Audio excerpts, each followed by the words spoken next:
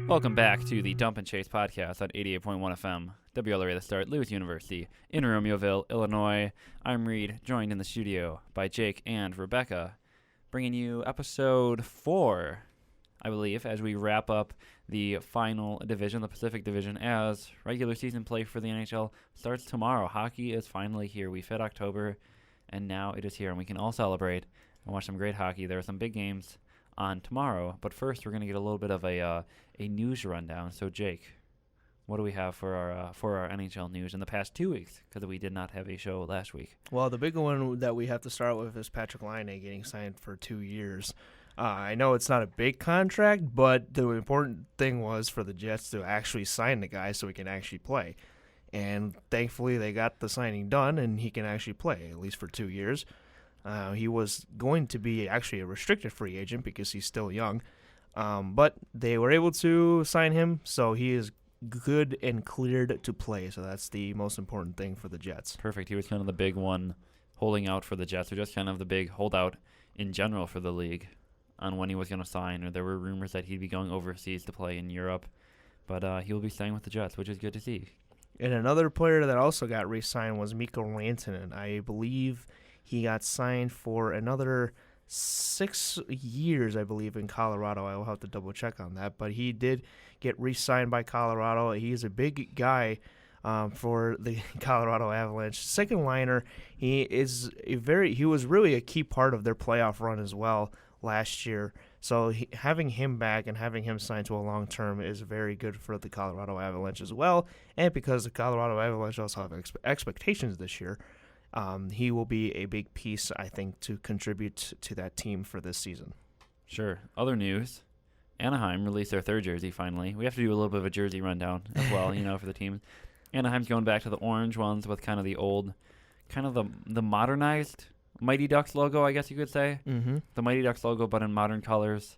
And then the Duck Flipper D logo on the shoulders now. I like them. Rebecca, you're not the biggest fan, but I like them. I think they're better than last season. I like how they have Anaheim written on the neck part of the jersey. Other than that, I don't love them, but I don't hate them. Yeah, it's not bad. I still like the fact that it does take them back to the classics. Yeah. And it has that Anaheim Mighty Ducks logo. It kind of does look like something that they already had, though, so it's not. They had them. I thought they had them a couple of seasons ago. Yeah, I like them a lot better than last year's, though. Last year's were just too much of a mix of new and old, and it was just a weird combo. So I kind of like these because I think if you're gonna go with the Mighty Ducks logo, you either need to fully modernize it like they did this year, or you got to go full throwback. Mm-hmm. Yeah, it's not bad though, but I mean, it's not original. Unfortunately, that's the only thing. It's not, but it's a good look decent in my eyes. Yeah, it's better than some third jerseys out there. I'm looking at Columbus with their weird one with the big cannon on the front of it. That one was rough. Yeah, anyway, that's a little bit. Today we're going to be talking about the Pacific Division, the final division, and then we're going to be giving our Western Conference predictions, and then just kind of talking about the games that will be on tap for tomorrow for opening day and for the rest of the week. And we can kind of also go into the playoff predictions as well, since we've kind of already done our entire standings. That's true, yep. So we can kind of settle in on who we think, maybe not the entire playoffs because that's going to be very hard to determine, but at least the conference champions. Let's just go straight to Stanley Cup Final. Who's going to be in the Stanley Cup Final? Yeah. Anyway, starting out with the Pacific Division, the team that came in last season, the Los Angeles Kings, 31-42-9 was the record with 71 points. What is going on with the LA Kings? Because they are so far from their glory days in, 2013, 2014? Yeah. When they were winning cups left and right, it seemed like, and now they're at the bottom. Yeah, and unfortunately not much has changed either. They're hoping that new head coach Todd McLellan will be able to kind of spark this team to a new era, I guess. But as far as that goes, they really didn't do much. The only thing they really had this offseason was losing Dion Phaneuf. And that's pretty much about it. Where did they get Todd McLellan from? Because I feel like he's just been bouncing around teams. I know he was with Edmonton a couple seasons a back. while ago.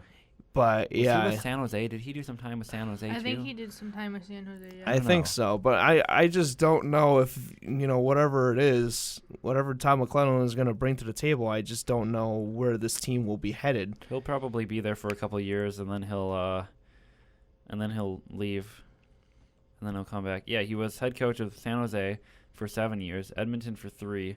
Mm-hmm. He was an assistant with Detroit, and now he's with the Kings. And he'll probably be here for like 3 years, and then he'll be gone again. Now, he was with the Oilers in 2018. Then he got replaced by Ken Hitchcock, and then he basically didn't have a job. Yeah, didn't have a job until this offseason, and the LA Kings had to do it. The LA Kings are like, we need help. Yeah, whatever it is, desperately need help. Whatever it is at this point, and. Yeah, I don't know. The expectation for the LA Kings is just, I don't know. I guess better production from Anze Kopitar for sure, because stat-wise he wasn't the greatest last season. But, they're going to need a lot more than just Anze Kopitar to get somewhere around this season. Exactly. So. Yeah, they've kind of been relying on that core group of guys for the past couple seasons, and they've gotten older. And I think they're finally seeing that it's not working too well. I will say, too, I don't like the fact that they traded, guys like Tanner Pearson away that were very young guys, but at the same time they were very kind of developmental guys that they could work with, and they could have been promoted to a second or third line role, and Tyler Toffoli was there, too. So it's, they had the pieces I think that they could have worked around to develop some young players, but they kind of went a different direction. I think one thing that we should talk about is their goaltending, specifically Jonathan Quick. That too. Still being their number one. Now, the thing is, too, is that Jack Campbell is, I think, a capable goaltender. He is the backup right now, but I wouldn't be surprised to see if Jack Campbell does rise up this year and start to kind of take over Quick's role. And then we could see Quick drop to starting maybe 20, 30 games-ish. I hope he does. Split half and half between those two. Because Jonathan Quick has shown that he's past his prime. Mm-hmm. His prime was when they won the Stanley Cup, those, 5 years ago. And now he's just kind of, he, along with the rest of the team, has just fallen into the mediocrity that they've been finding for the past couple seasons, where they just haven't been able to reach that form, and here they are sitting at the bottom of the division again. And at the same time, I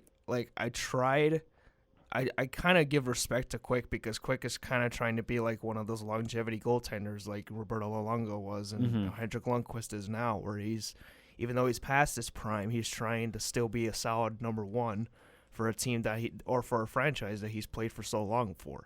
So he's kind of just trying his best, but, You think about Quick being a longevity goaltender, though. He's only 33. Yeah. That's true. He's far younger than the other, longevity goaltender, so to speak. Like Lundqvist, he's 37. Quick is 4 years younger. He has 4 seasons still ahead of him. Take it to the point where Lundqvist is at, and he's already, Quick is already where he is. Yeah, that's true. And if you think about it, technically it was 5-ish years ago, where Lundqvist, at that age of pretty much almost the same age as Quick, went to the Stanley Cup final. Sure. Against that LA Kings team. Yep. Obviously, Quick was a lot more younger too. So at the same time, I guess Lundqvist at that age performed as well as Quick would have done that year as well. Yeah. So.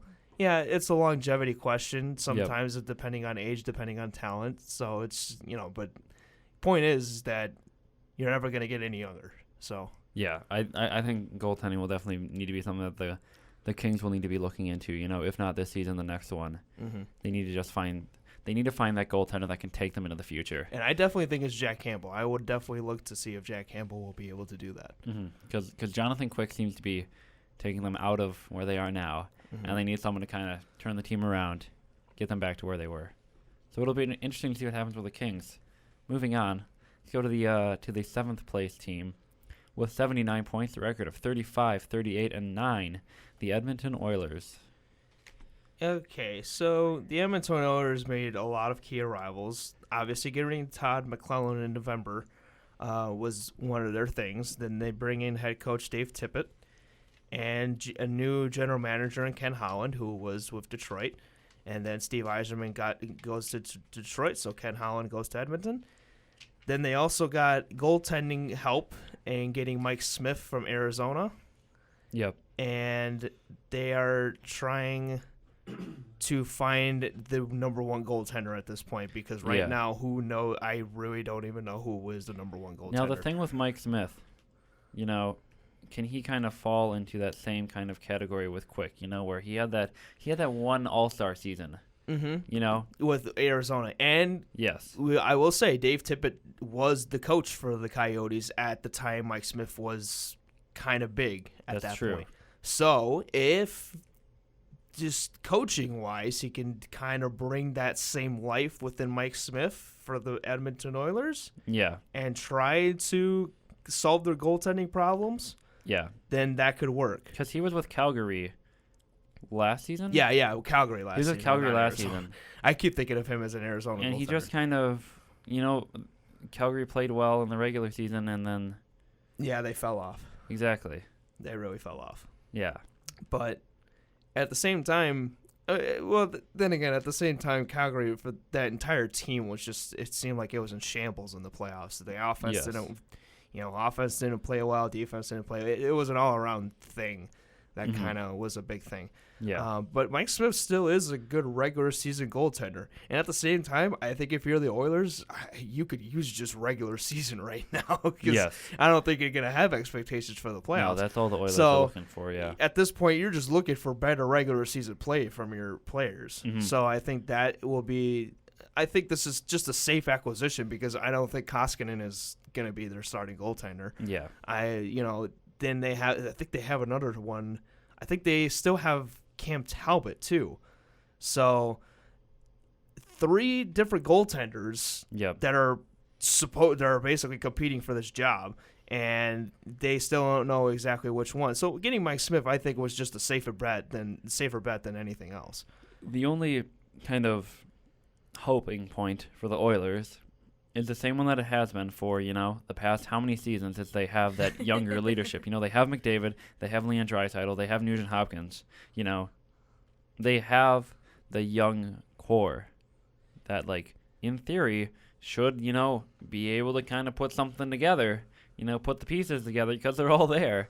But just season after season, we're seeing that it's just not happening. They did bring in Marcus Granlund from Vancouver, so I guess that gives them depth too. They did bring in James Neal, but James Neal was very, very lackluster, to say the least. James Neal also coming from Calgary, yeah. But at the same time, there was a very big issue with Calgary and James Neal because James Neal did not like how the Calgary Flames played, and he had a lot of trouble with the head coaches and whatnot. It was just a very bad disagreement on both of the... Edmonton is going to be hoping that James Neal returns to that form Vegas that we James saw. Neal for the first 5 games of the season. Yep. Yeah. Also, I should correct myself. Cam Talbot actually got traded for Mike Smith, so he goes to Calgary as... So they're just swapping Canadian teams. Yeah, Got it. they're just It'll be interesting to see what happens with Edmonton. Because I feel like every year, everyone talks about Connor McDavid, Connor McDavid is a great player, yes. But is he just kind of stuck in that jail that is the Edmonton Oilers, where you are just always stuck at the bottom of the standings?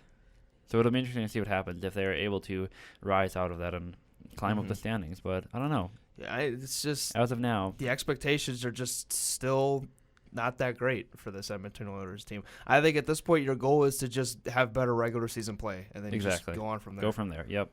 All right, next up, 6th place team. The Anaheim Ducks, 35, 37, and 10 with 80 points. So I think the biggest, headline for this team early in the season was injuries. I mean, losing Ryan Getzlaf for pretty much half the season was kind of detrimental for them. And then Corey Perry was bad because he's really getting up there in age. And so they traded him away, got him to Dallas. Then the entire thing was just, for that season, just went downhill. So they got rid of their coach, got Dallas Eakins as their new head coach, and got another goaltender in Anthony Stolarz to back up John Gibson. And then aside from that, they also got rid of Jake Dotson, which I think would have been a good player for them. But then other than that, it's just about how this team is going to transition from a new coaching staff, and with Ryan Getzlaf being back, how the leadership is going to fit there. Anaheim, ever since the point after their decline, after they had their success, what was that, late 2000s? Mm-hmm. Kind of like the turn of the decade there. They've always just kind of been a team that's they just kind of they slip away in my mind. I almost forget they exist. It's like, oh yeah, the Anaheim Ducks, yes.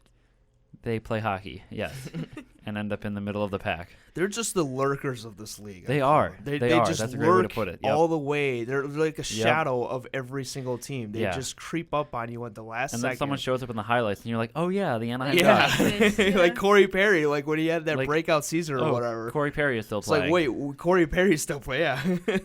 I think Ryan Getzlaf is still the captain of that team or whatnot. I think another thing for them is going to be their goaltending, like most teams. Ryan Miller, he's getting older.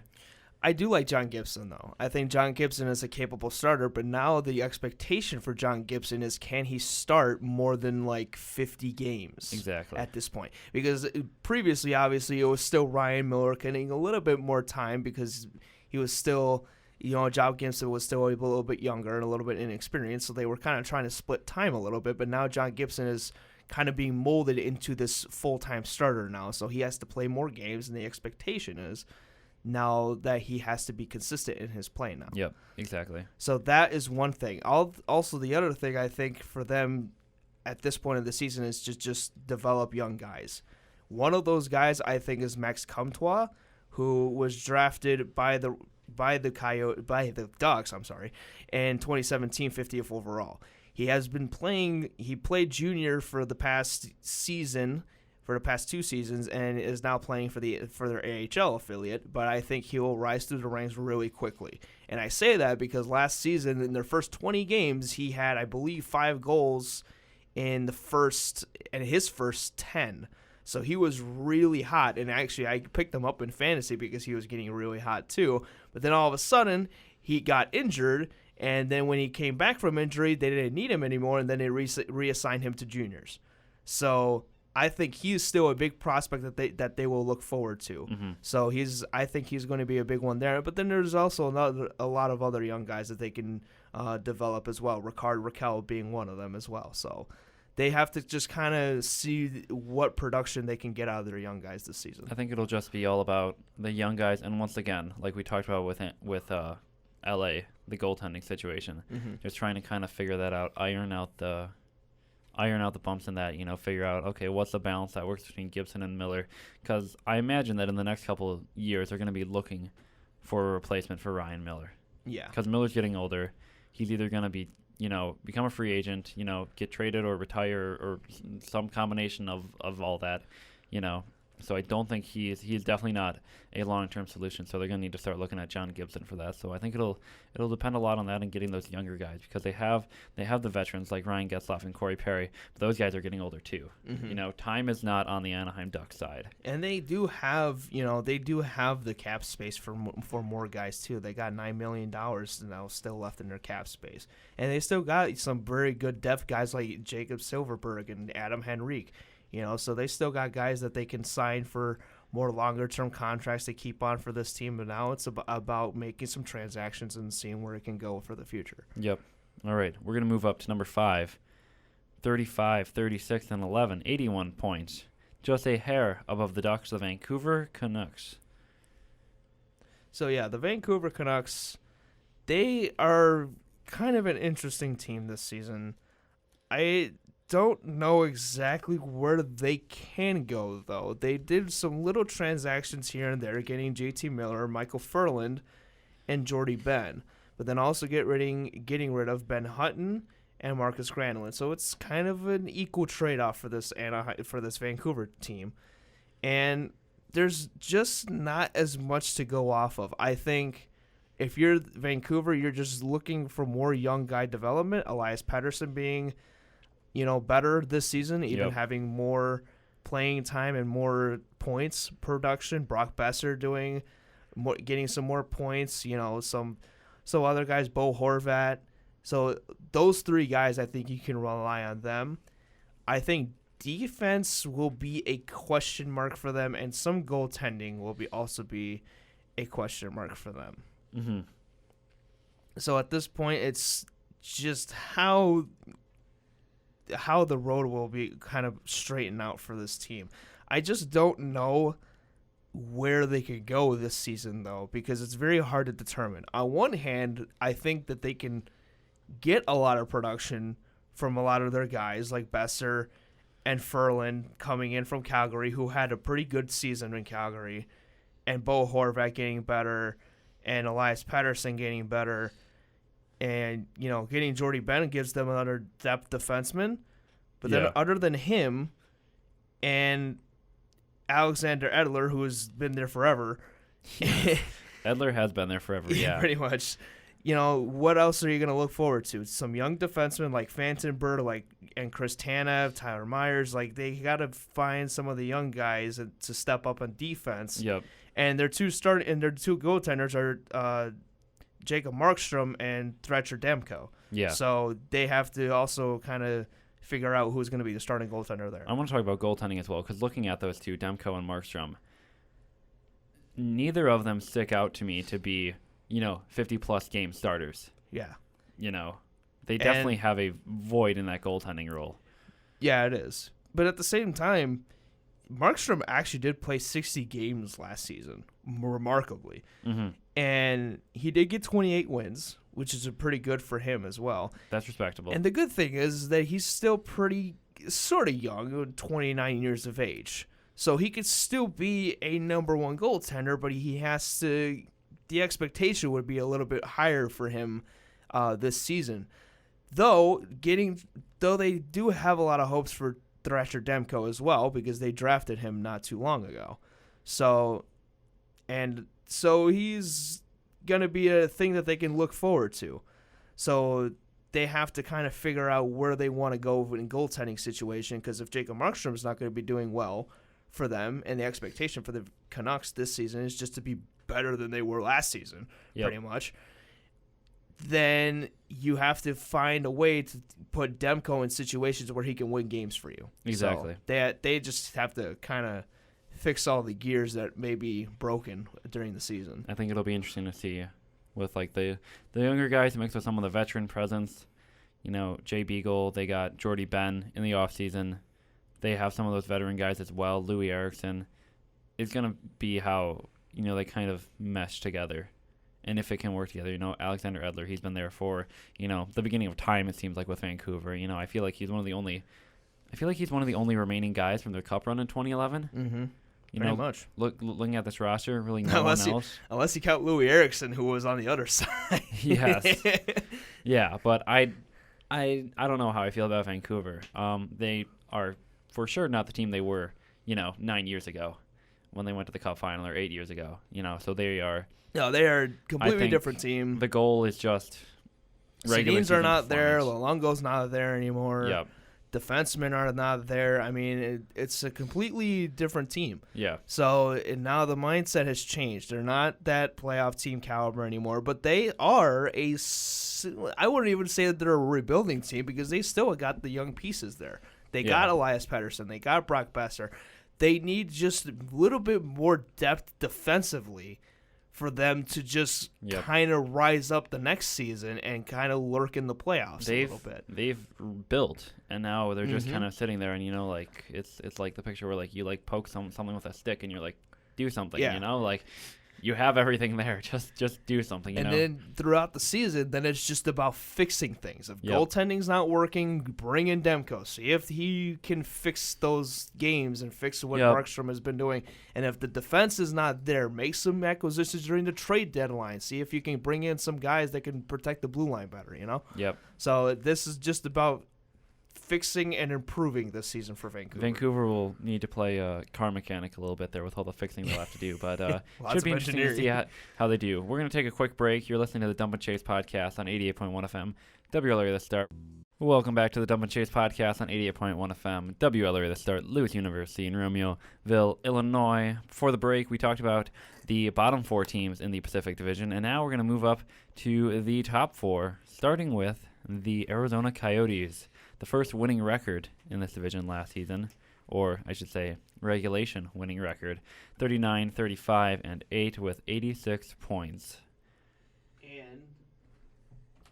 And they have expectations this season as well, because now, after last season, getting 86 points and just barely missing the playoffs last season.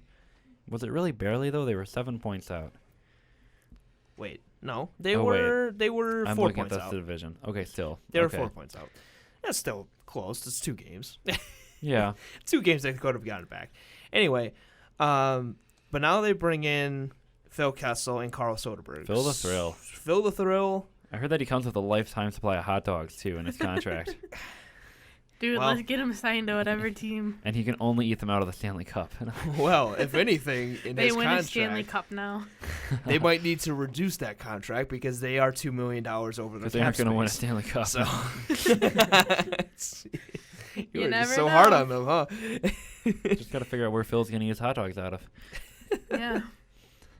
Anyway, even though they bring in Phil the Thrill and Carl Soderberg, they did lose a couple good players. They lost Galchenyuk, Nick Cousins, they lost Richard Panik, they lost Kevin Connaughton. So they kind of have to replace those players. Phil Kessel already kind of pretty much gets plugged into their first line as their first line right winger. And Nick Schmaltz will be actually their starting center. It's either that or Derek Stepan. So between those two, it will be very close in the center spot. Clayton Keller will be on the left wing with them, and then Carl Soderberg on the left wing as well on the second line. So the Coyotes really have a lot of expectations this season to actually make the playoffs. Even though they lost a couple of guys during the offseason, they did gain 2 key players that I think that they will fit right into their lineup, and then they just have to kind of figure out how to get there. Problem is, they still need to get under the cap space when the season starts. So I don't know how they're going to do that by what, like 24 hours? Pretty much to get under cap space. Yeah, and they have to get rid of $2 million. Yeah. Nonetheless. And looking at these contracts, these guys they really signed a lot of guys to expensive contracts. Yeah. They bring in Phil Kessel, who holds the most with $6.8 million under contract. Nick Schmaltz was $5.8 million. Derek Stepan is another $6 million. Yep. Marian Hossa is still on their roster because where even is Marian Hossa? Well, he's done for his career. He retired? So Chicago not traded officially yet. Not officially. Well, not officially, but Chicago traded the rights for Marian Hossa to Arizona because they got it, because that's where contracts go to die. Right. Because we saw that happen with Pavel Datsyuk too. Why is Arizona just the dumping ground of the league? Well, because they were also like the worst thing of the worst they're the dumping ground of the team league. of the league. So careers go there and just absolutely die. I think NHL teams are just doing that to the worst teams of the league at that point because that's valid, right? Because if they're the worst team in the league, they can hold those contracts because they assume that they have all the cap space in the world to just hold it. I think it's just a miracle that the Coyotes are still in Arizona. Wow. Yeah. Like with all of their shade is being thrown here. No, we just thinking about it, like with the logistics of it, it's of them not like needing a logical to find spot to have a hockey or just team. with their trouble of getting That's an true. arena. You know, like the whole arena lease problems that they've been having. It's a miracle that they keep working out a lease for the arena. You know? Yeah, I would definitely at least move it to Scottsdale. Scottsdale is a lot more. I would move it to Quebec and bring back the Nordiques and just forget about Arizona. Not gonna lie. Actually, I would be happy to see that too. I would be completely fine. But if with we're that. talking about just Arizona, then Scottsdale would be tons. Yeah, if you're gonna stay in Arizona, better. go to Scottsdale. But I don't think Arizona's a good spot for a or hockey team. actually go to Phoenix, because where do they play now? They aren't actually in Phoenix, correct? I don't even think so. I don't know. I don't even know where the Coyotes, because that was the whole point of their name change from. I don't Phoenix know to why Arizona. they changed their name anyway. Oh, I still like Phoenix. They play in Coyotes. Glendale. Glendale. Yeah. Oh, so that's even. Which is like a suburb of Phoenix. Yeah, it's like a suburb of You Phoenix. should actually get in Phoenix, so you can actually be the Phoenix Coyotes. Well, from my understanding, Phoenix is like a spot for a lot more of older people and older generations. So That's it's true. not going to be a city that's going to bring in a lot of young fans. They should just build a stadium by the Grand Canyon, and just become the Grand Canyon Coyotes. Oh my That would gosh. be pretty dope. I would like to see that, you know? Well, okay, but for real, though, I feel I really like their Phoenix Coyotes name because I felt that it rolled off the tongue a lot better. I think having an association with a city as a team opposed to a state is a much better move. Yeah. Yeah. 'Cause it gives that's for sure. people more to connect to. Like, I know people may say, like, well, if we're the state, you know, the whole state can connect to us. But, like, people in, like, the panhandle of Florida aren't connecting to the Panthers. Correct. You know? And then they won't at the same time, some people won't even understand where they will play at that point. So if the Florida Panthers, for all intents and purposes, play in a small town in Florida, Yep. and that nobody knows, then it's like, why are you called the Florida Panthers if you're, or even a team at that point if you're playing for like a small town or something? Exactly. So it wouldn't really make sense PR wise, I guess, for that team. So, but anyway, moving on, or not moving on, focusing back on the team. I think the addition of Phil Kessel is interesting. It is interesting. I was surprised when I saw that. It is, but at the same time, Kessel is kind of getting up there in age. So will we see the Phil Kessel of old where he still is able to put up the same amount of points every year, or will we see the age start to kind of get up there for Kessel as he is now 31 years old? Yeah, exactly. So who knows what the production might be, but assuming that he's going to be their first-line center, his expectation is actually going to be even higher than he did in Pittsburgh last season. Again, the important part is at this point is just to bring down that cap space. I really don't know how they're going to do that with all these expensive contracts that they got, and they are $2 million all the way over. Yep. So they have to find a way to kind of combat that when the season starts. Exactly.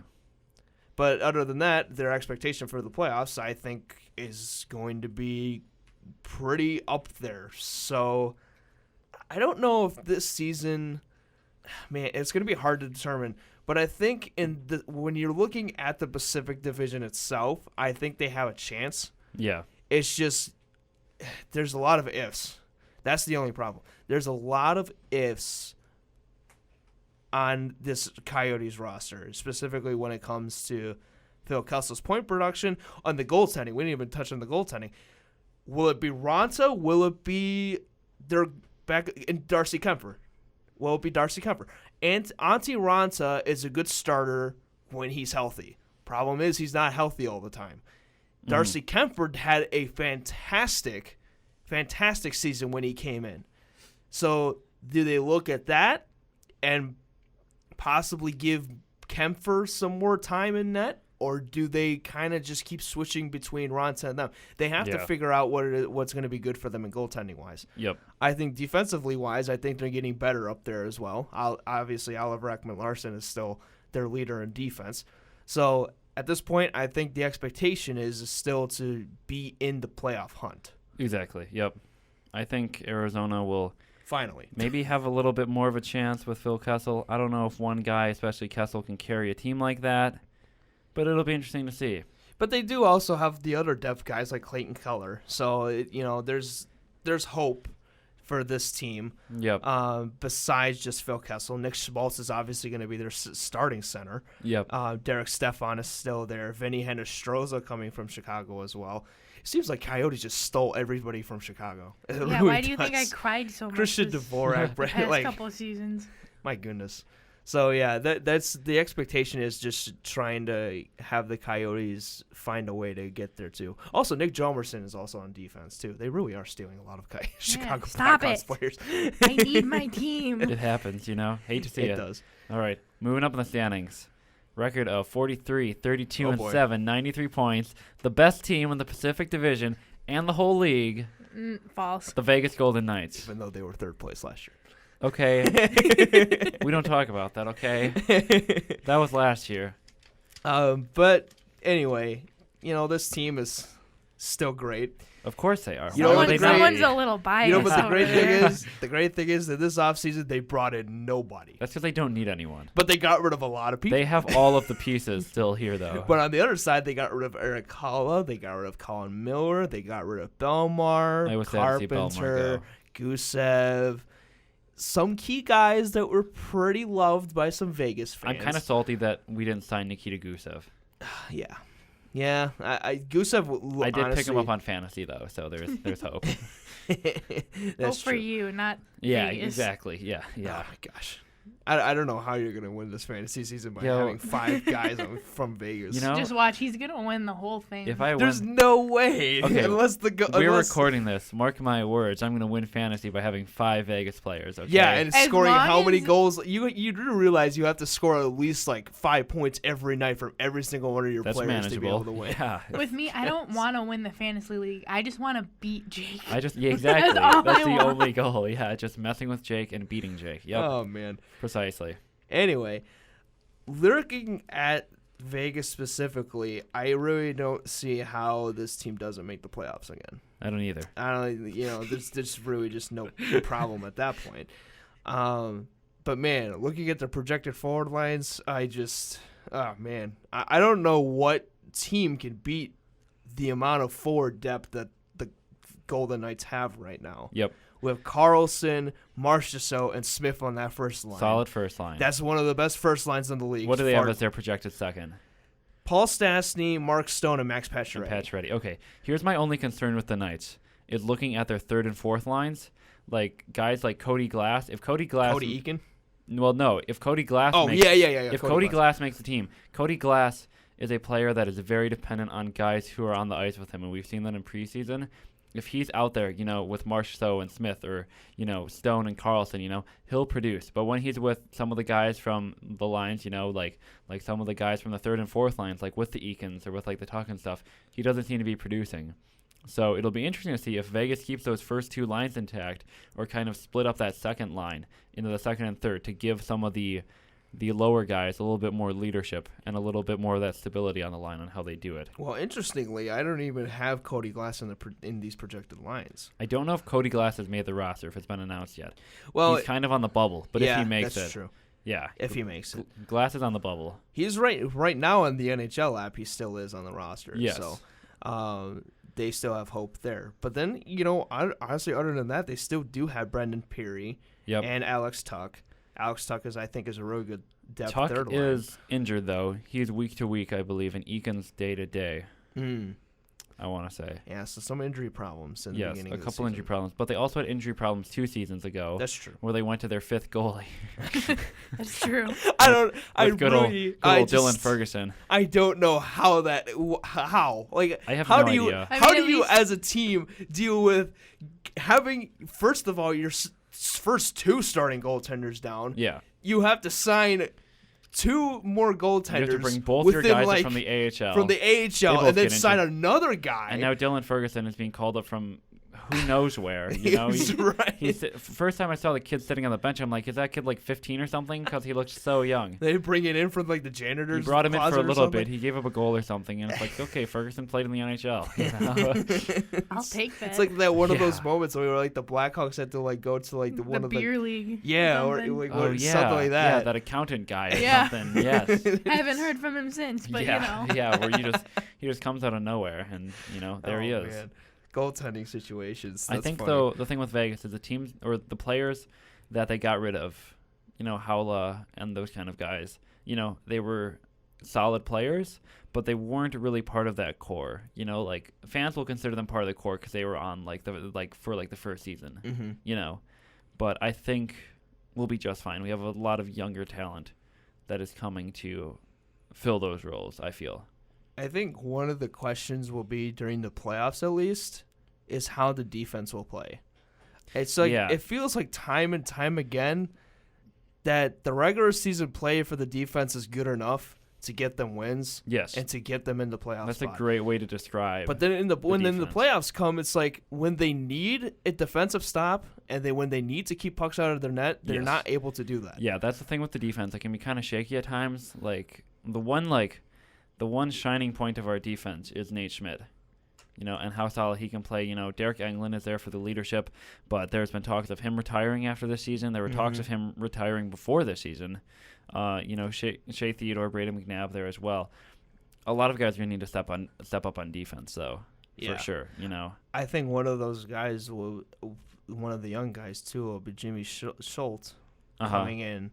He already has a decent preseason. He does have a goal and an assist. Yep. And he contributed to that 5-2 victory against the Sharks the other day. Yes. So I think he's actually a defenseman you can look forward to kind of rise up in the ranks and possibly maybe even replace Derek Englund when he retires. That could be interesting to see, yeah. So you can have some young guys hang in there. So yep. Other than that, you just at this point it's just focus on defense. I think for the Golden Knights, because when it comes to playoff time, that's when you're going to really need them. Exactly. It's all about defense, honestly, for them, because they're solid with the forward lines. But now it's just kind of their defense. They can't be letting Fleury out to dry again. So it'll be interesting to see what happens. But we're going to take a quick break, take a look at the top two teams when we return on 88.1 FM. WLRA The Start, Lewis University in Romeoville, Illinois. Don't go anywhere.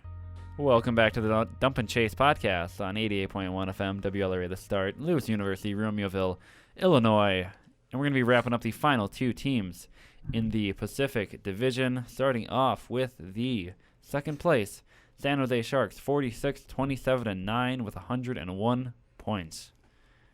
Yeah, this team is going to be very interesting how they're going to kind of start off the season. Losing Joe Pavelski, I think, is huge. Losing Jonas Donskoy is pretty big. They lost Gustav Nyquist, which I guess was a big deal because he was kind of like a fit-in third, fourth liner. But they really didn't get much out of this. They only got Johnny Brodzinski as a forward, and that's pretty much about it. So, they lost a lot but gained very little. So they're kind of relying on their current roster, current young guys to kind of rise up, which I have to say this after suffering 5 years of this team having so many old guys for the last 5 years to finally get rid of their old guys and bring in young blood finally for like the first time in ages. It's almost a miracle that this is happening right now. However, they still do have some old guys like Mark-Edward Vlasic. They bring him back Joe Thornton. They still like their veteran guys. So the story's still kind of not over, but I'm still glad that they are actually focusing on bringing in some young guys to finally figure out that, hey, if we want to be an actual team that makes the playoffs consistently, then we need to bring in and draft some young guys and develop them well. So they are finally being able to do that. Logan Couture is obviously being the biggest prospect for them. He's kind of the big money man. He's worth $8 million in his contract. They have Erik Karlsson as well as another veteran guy who has the most in the entire team contract with $11.5 million. So they have a mixture of some young guys, some depth veteran guys that they can rely on. And they still have the same expectation that they will make the playoffs. Problem is, once they make the playoffs, I have no clue what the San Jose Sharks are going to do. The magician comes back. I have no idea how this San Jose Sharks team is going to kind of exercise their demons, as they would say, like the Washington Capitals did 2 years ago. I don't know how they will be able to do that. They got lucky, to say the least, over Vegas's playoff. Yeah, very lucky. Very lucky. Still Game salty 7. about that. Just throwing it out there. Still salty about that call. Exactly. So don't tell me. I mean, to be honest, I am too, and neither team is my team. Don't tell me it was the right call when the league changed the rules about it over the offseason too.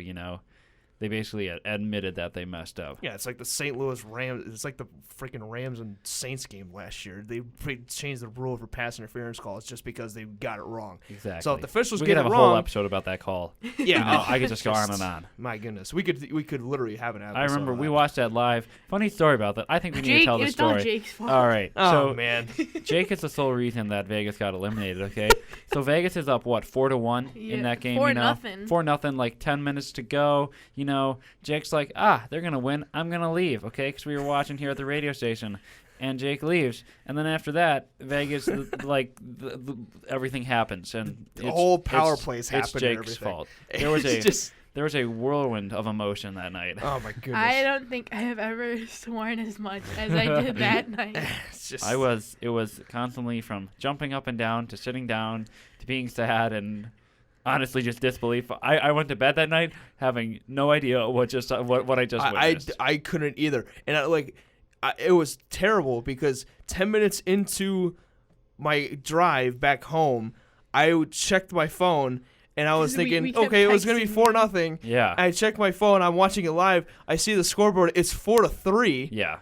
Vegas still holding on to a 1-goal lead. I'm like, what just happened in like the past 4 minutes that I was gone? And I come home, and for the first time, like in I don't know how many years or something, my mom actually watches the game with me just to see what the heck happened because she was confused on why the heck I'm so confused and confuzzled at this point, and I'm watching the game in my living room, and I have to be dead quiet because my sister and my dad are sleeping upstairs. So I'm literally just watching this game full of emotion, and going into overtime, I'm still trying to cheer on the Knights to try to actually just win this game and just put this thing away. And then all of a sudden the Sharks score, and then my mom is just watching from the couch. She's just like, what's happening here? And I'm just like, they just lost the game because I left the station. The only light at the end of the tunnel with this is that it has added more to the fire of the best rivalry in the league right now. We get to see 2 games to start the season between these teams. And Evander Kane's out, which let's talk. That's all that matters. Let's talk about that a little bit, okay? I found a statistic earlier, kind of during the earlier part of the show, okay? Evander Kane's statistics as a Shark at T-Mobile Arena. Evander Kane has played in 10 games. He has a record of 2-7-1. He has 0 goals. He has 103 penalty minutes and 2 suspensions against the Knights at T-Mobile Arena. I love it. And now he's out, for 3 games now? Yeah. 3 games. Yeah. For, what was it, roughing the officials? For abuse of an official, I believe. Oh, roughing football. When was the last time we even had an abuse of I have no idea. call? I haven't heard one of those in a while. But leave it to Evander Kane to get it. Right. I'm not surprised he got it. I'm not either. I wouldn't be surprised if anybody in the league got that call, it would be Evander Kane. Exactly. You know what? If I would look up beforehand who got that call before Evander Kane did, I wouldn't be surprised if it was either one, a Boston Bruin, 2, Evander Kane, or 3, John Scott. Or 3. yeah, I can see that. Yeah. So let's look it up. Speaking of, this makes me wonder why Evander Kane is worth $7 million. Oh, he's not. Why? And he signed all the way to the 2024 to 2025 season. That's a bit. That's that. If he's gonna get suspended like every other year, maybe they'll let him go in the expansion draft. They'll leave him up for grabs for Seattle. Speaking of guys that are not worth their money, in my opinion. Let's talk about how Erik Karlsson just absolutely vanished in last year's playoffs. Like, just magician. There was lost posters posted around the San Jose thing. Has anyone seen this man? Because we sure have not. I actually never knew that. That's funny. Where did Erik Karlsson go? Back to Ottawa. I remember when he joined the Sharks, he was so well hyped up, and then it's like, okay, he's here now. Do something. I don't know. Then again, you kind of think about it. He doesn't actually have a lot of playoff experience if you think about it, because he was with Ottawa for so many years. You were stuck with Ottawa so long. He only went into the playoffs with Ottawa that year after the year before, when they went all the way to the Eastern Conference Final to face the Pittsburgh Penguins, which is a miraculous run for that team. Yeah, I couldn't believe that they went to the Eastern Conference Final, and then that's about it for Karlsson as far as playoff experience goes. So he disappeared, and I guess it's just because of my best guess would be just lack of playoff experience. That would be my best guess. I think it's safe to say that but none of us are big fans of the Sharks here. Guess who got the last abusive officials call? Evander Kane. Last year in November. No way, did he seriously? Yeah. Evander Kane. According to this, he and the coach were both ejected. Oh boy! In a game against the Knights. Of course. That's his second other ejection. Yeah, that was T-Mobile. the second ejection. Oh my gosh! Oh my Leave it to Evander Kane. Well, it says he was escorted off the ice. He had 2 additional unsportsmanlike conducts tacked on, followed by the 10 minutes for abusive officials. Oh God. Wow. I'm not really surprised by that. He's kind of a clown. Oh my gosh. Well, rant over. We should move on from the Sharks. Oh, we'll have to talk about them later in our predictions. But for now, let's move on to the first place team. Speaking of things that disappear in the playoffs. Oh, man. The Calgary Flames, regular season record of 50-25-7, 107 points, taking the division title, and then they got knocked out in the first round, right? Swept. Sure, yeah. Swept. Against... I'm pretty sure they were swept. Man, I did not have the playoff bracket ready. Oops. I was not prepared. That should... But again, anyway. I'm pretty sure they were swept. Let me check. There's no way. Why? This Flames team was so good. Oh, they were not swept. They got a game off of Colorado. They did, okay, yeah, against Colorado. They were so good in the regular season. They had all that hype going for them.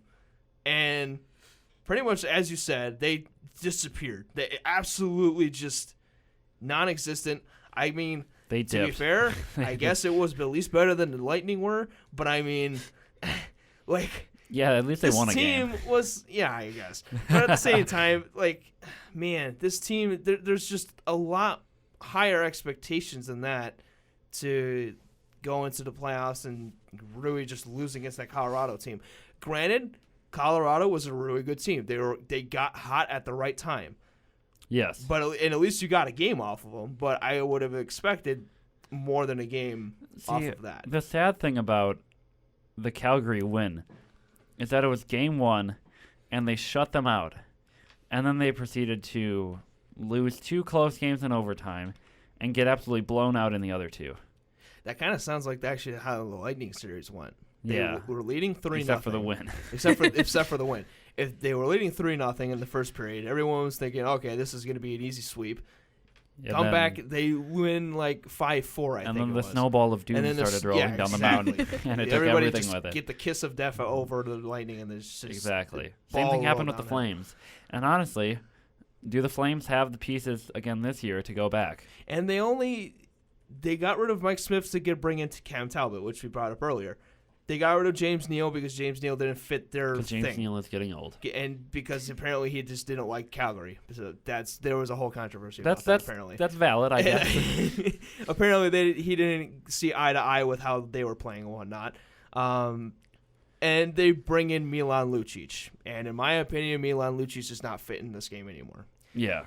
Enforcers, I wanted to bring this up in a segment that we would have kind of compared to old and to new hockey, but the age of enforcers and the era of enforcers that as hockey has really changed throughout the eras, I think has really become obsolete. Yeah. That's why we're seeing guys like Ryan Callahan, like Milan Lucic, Todd Bertuzzi even back then, Zdeno Chara even. Yeah. Those guys are becoming buried beneath the surface because the game has just become faster, more physical. You have to do more than just hit a big hit, right? And take a fight. Yep. Exactly. This game is becoming more based on skill, speed, and talent. I agree. More than physical play. So the enforcer role in hockey now is becoming a lot more obsolete. So now people won't be drafting for those big physical guys anymore like they used to. So bringing in Milan Lucic, really what you're looking at is to bring in some physical play. And, at the same time, physical play is still part of hockey. It still can make a big difference because that can energize your team. That can really bring a momentum shift in there.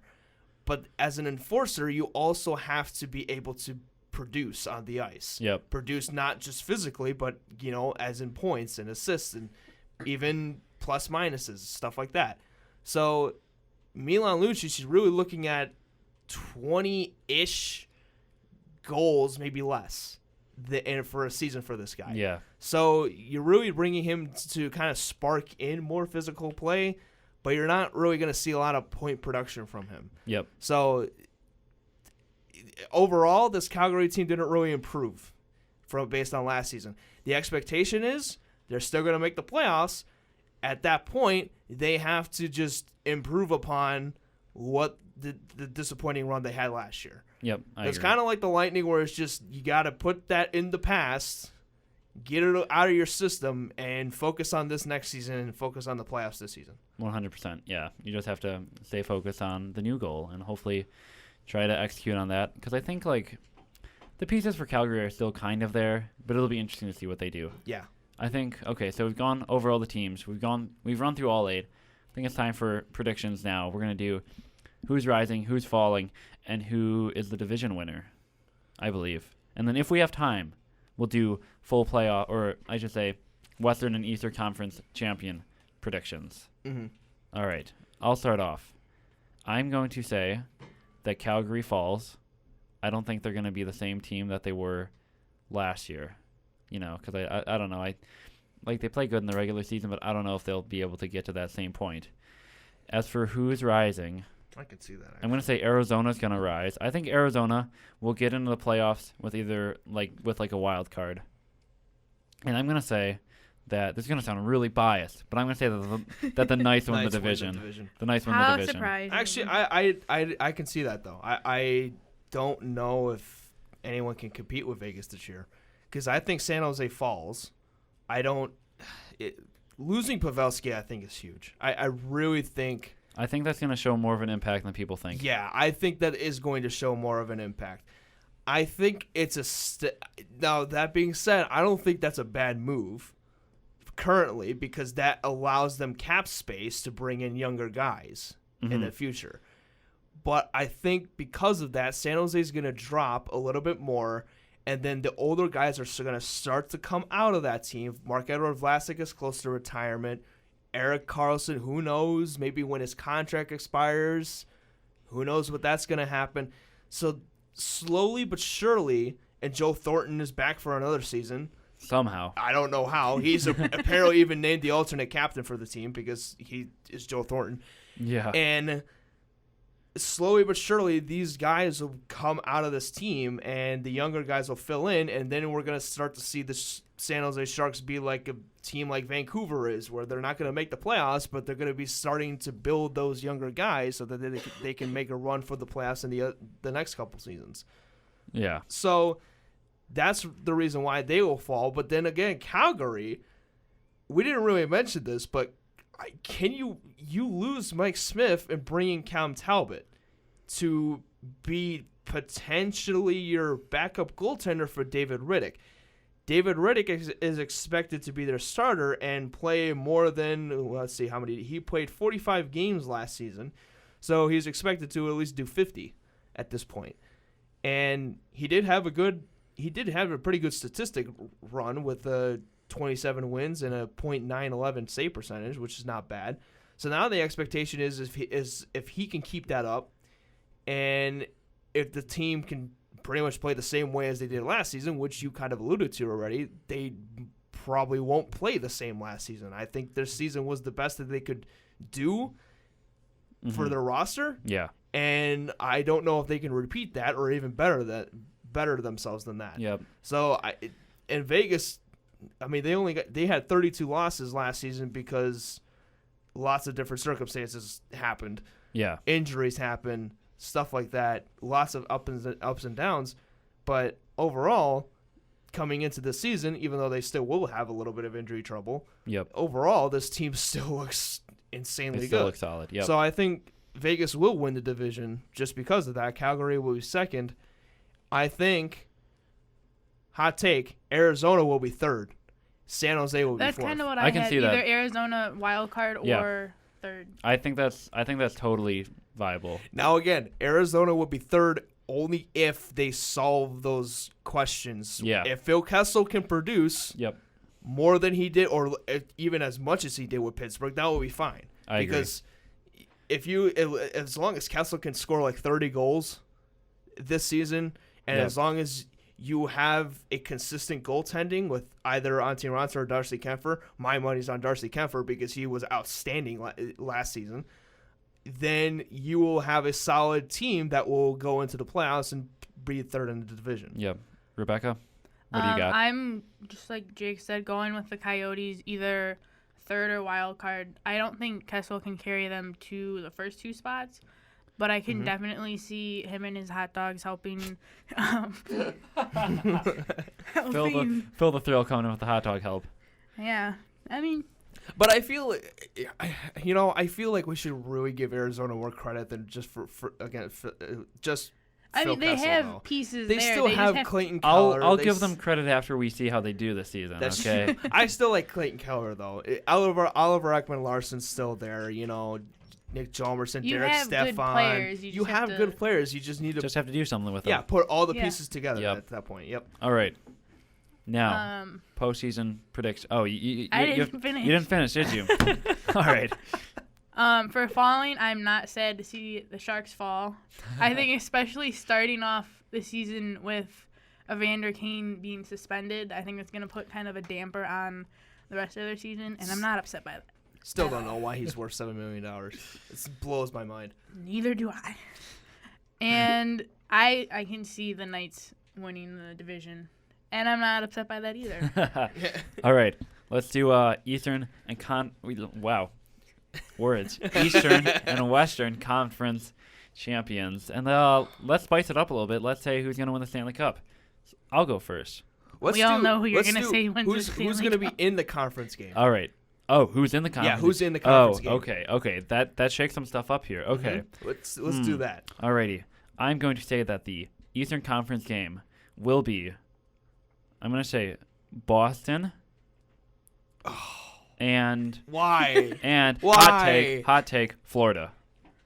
I can see that. Boston versus Florida, Eastern Conference. Jake's triggered. Okay, Jake is triggered because Tampa Bay is not there, but they're gonna not even make the playoffs. I'm not triggered. I'm just that caught me completely off guard. Okay. That you put Florida that high. I think that completely. I think Florida's gonna come out of nowhere. I like it. I could see it. I like it. I think they got the pieces there. Western Conference. But why Boston? Vegas versus I don't know. Boston just is consistently. What? Boston is Toronto? Okay. How about Toronto? As much as Carolina. As much as we love to hate Boston, they're always consistently solid in the playoffs. Yeah. I feel. Okay, but Okay, but like this season, they always go a couple rounds deep. That can't be denied with Boston. They're gonna go to the playoffs, yes, but I don't think they're gonna repeat the same thing that they could do last year. I'm not saying they'll repeat. We'll get there. We'll get there. Okay, Western Conference Final will be Vegas versus I didn't think about this. I'm gonna say Winnipeg. Vegas versus Winnipeg. It's gonna be a repeat from 2 years ago, and then I'll have Vegas versus Florida in my Stanley Cup final, and Vegas wins. We finally get the cup in the third year. That's your dream match. Third time's the charm. Yeah, we're gonna make that dream a reality though. Third time's the charm. This is Vegas. We have all the luck on our side. Vegas, Reid's counting on you to win the Stanley Cup. Third year, third jersey coming. Boom. It's written in the stars. Man, like this is destiny right here. Okay. Mark Stone, the Mark Stone, Conn Smythe winner.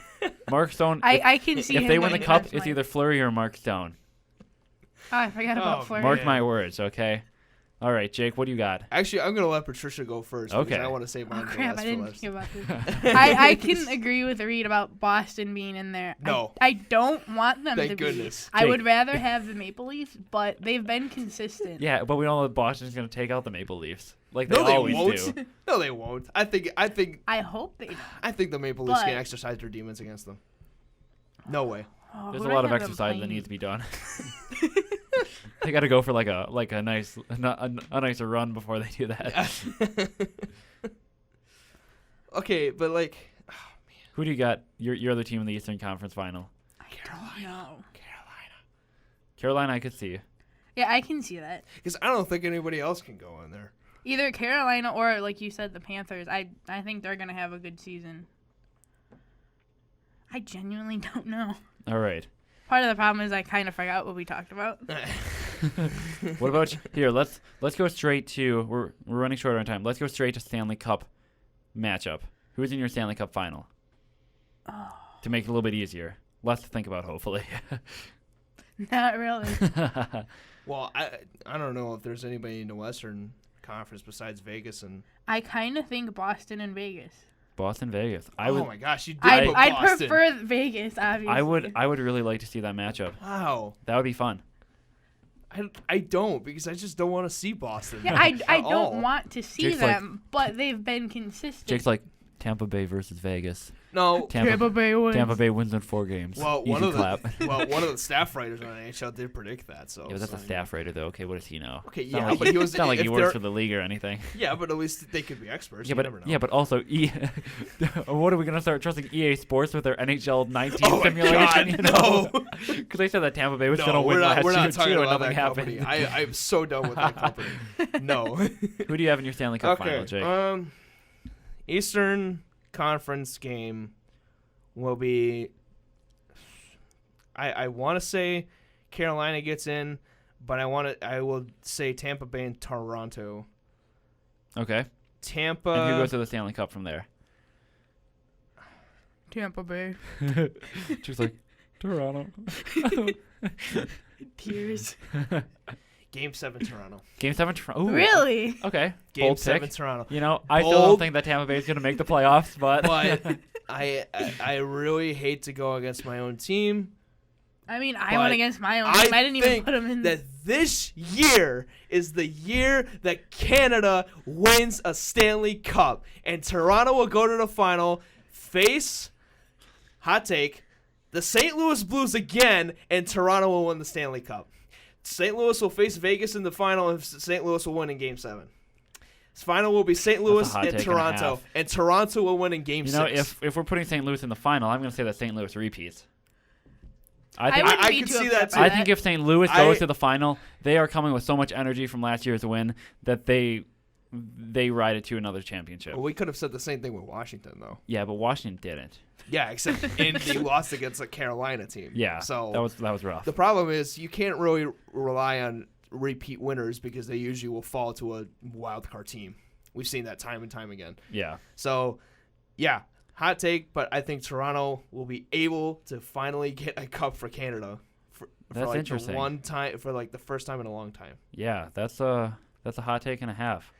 But I mean, it's the playoffs. It's so unpredictable. Anything it can could happen. You just yeah, got to get hot at the right time. exactly. Yeah. Well, let's talk about the first day of games tomorrow. Yes, what we sir. have on the schedule. Starting off, we have Ottawa versus Toronto. That's not close. Then an hour later, Washington versus St. Louis, which should be a great matchup. Oh yeah.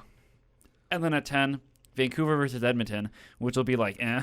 Yeah. it's then- gonna be close. And then but 10:30, probably the granddaddy game of them all, San Jose versus Vegas, which is bound to be very interesting. I saw on Twitter that Bill Foley was interviewed, and they asked him if they were going to poke fun at the refs during their opening game or their You pregame kind of have ceremony. to at this point. And he basically said, yeah, they will, but in a very respectful way. So it will not go unacknowledged Watch how what this happened. game will either have a suspension or will have well, I a mean, very Kane's controversial already call. suspended, so who else are you I was really gonna say, suspend? like, if Evander Kane was playing, guaranteed, like, him and Reeves are throwing hands in the first period. like 1 second after puck guaranteed. drop, just But- bam. Brett Burns. it's gonna be a physical game. It's gonna be a fun game. That's for sure. Every time Vegas and I'm San Jose, excited to see that. every time Vegas and San Jose play, like, think about it. In 2 seasons, they have developed such a great rivalry to watch. You know, like, in the current state of hockey, I don't think there's any rivalry that comes close because there really aren't that many other rivalries. Well, I think Tampa and Florida is going to be big this season. I think it'll be big this season, but coming into this season, there's really no other big But yeah, rivalry. coming in this Yeah. season, you know, yeah. because you don't really have that like Actually, Detroit Pittsburgh isn't really a thing like it was. You no, know, Washington 10 years ago. Washington Pittsburgh, kind of a new one, kind of. You know, It's not as big as but the I think Sharks still- in Vegas. I don't know No. if it's. Yeah, it's not as big. because That's that is right. like there's so much tension between those teams that I don't think any rivalry comes close to it. So that one will be fun to watch, and we get to watch the same matchup. What, 2 days later? Yeah. 2 days 2 later, days. on October 4th, same time, same place, And same teams. And they faced each other in the preseason. Still no twice Evander already, too. Kane. Yeah, so they'll play 3 Oh, straight darn. games against them. Yep. And, 4. Well, yeah, and, technically. and 4. Vegas won the most recent Right. preseason game, 5-2. 5-2. Yeah. Yeah. In which Evander Kane got suspended. Can't forget that. So I think we are in for That one's going to be a interesting. fantastic start to the season. We can go over some of the other games, too, for the week since we're not going to be back till Tuesday. That's true. What else we got? Florida Tampa Florida, Bay, Tampa Florida Bay. State rivalry, baby. That one will be Let's fun go. to watch. That will be very fun. I'm going to very much watch this game through and through. Tampa at home, first home game, opening night, and Florida. What about Washington versus the Islanders on the 4th? That one could be interesting. Those are two teams that had decent runs last year. Yeah, that will be interesting. Watching the Islanders play is always interesting. Yeah, but then again, the Islanders, like this season, there's just not a lot of expectations. That's true. At the same time, I think Washington might have a better time facing the Islanders this season at least. Yeah. So I think that will be better for them. Yep. Calgary and Colorado is going to be a playoff rematch. That'll be fun on to watch, Thursday yep. as well. So that's going to be fun The to rematches watch. are always great. Yeah. And then, Vegas San Jose again on Friday. Yeah. So that's This first week is going to be stacked. Yeah, it's going to be stacked. It's going to be a fun week of hockey. We're going to bring it all to you Yep. next week. A little bit of analysis on the games that we watch or even the ones that we don't, just kind of giving your thoughts on all the games and the ones coming forward. But I think that does it for this episode of the Dump and Chase podcast on 88.1 FM, WLRA The Start, Lewis University, Romeoville, Illinois. This has been Reid, Jake, and Rebecca, and we will see you next week.